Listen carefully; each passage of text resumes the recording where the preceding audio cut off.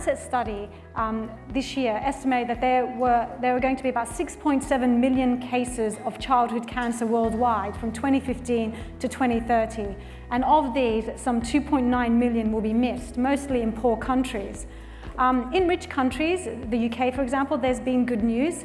Children's cancer survival has more than doubled in the last 40 years, but there are many challenges ahead. 50% of the children are not even diagnosed, so trying to reach a 60% cure for all children with cancer is a very lofty goal.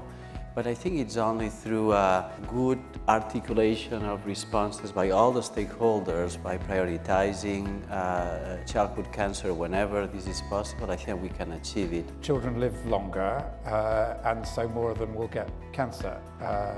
And so the numbers getting cancer has actually been going up. And finally, I think the time is now coming where the world is recognizing that this is something that's got to be dealt with and is dealable with, and that actually now is the right moment for that initiative. Almost 90% of children with cancer in the world live in low and middle income countries, where the survival rates currently may range from probably 10% in some countries, where we probably don't know what's happening, up to about 70%.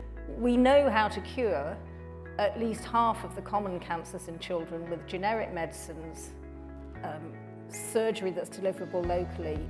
So today we've been talking a lot about cancer control plans, and so we've seen a rise in the number of cancer control plans. What makes a good cancer control plan for children?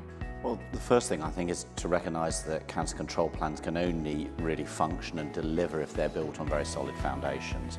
What we've seen with the national cancer control plans that are out there is it's a very mixed bag. Some of them are operational and truly operational in the sense that they are being funded properly, there are governance mechanisms around them, they cover the full range of childhood and adult conditions. Others are simply, unfortunately, just still pieces of paper. Probably we can cure around 80% of all children with cancer, maybe 85%, but we still have these 15–20% that are incurable, and then we still have the survivors that actually represent another challenge because of the late effects, second malignancies, chronic diseases, etc. So I think the high-income countries are doing very well, but we still need innovation, develop better treatments, less toxic treatments, and start generating a population of survivors. I think we have, both at a national level and a regional level, worked together to demonstrate that treatments can be effective.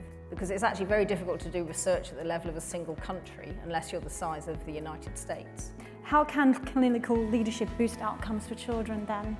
In childhood cancer, we have made progress because of clinical research. So I believe that it's only through properly designed clinical trials that we can advance. And I think that all of us are convinced about that. Yeah. I think we have made this progress. Now we are reaching that point where we can cure the majority of the patients, 80–90%. So now we need to redefine how clinical trials are going to be done.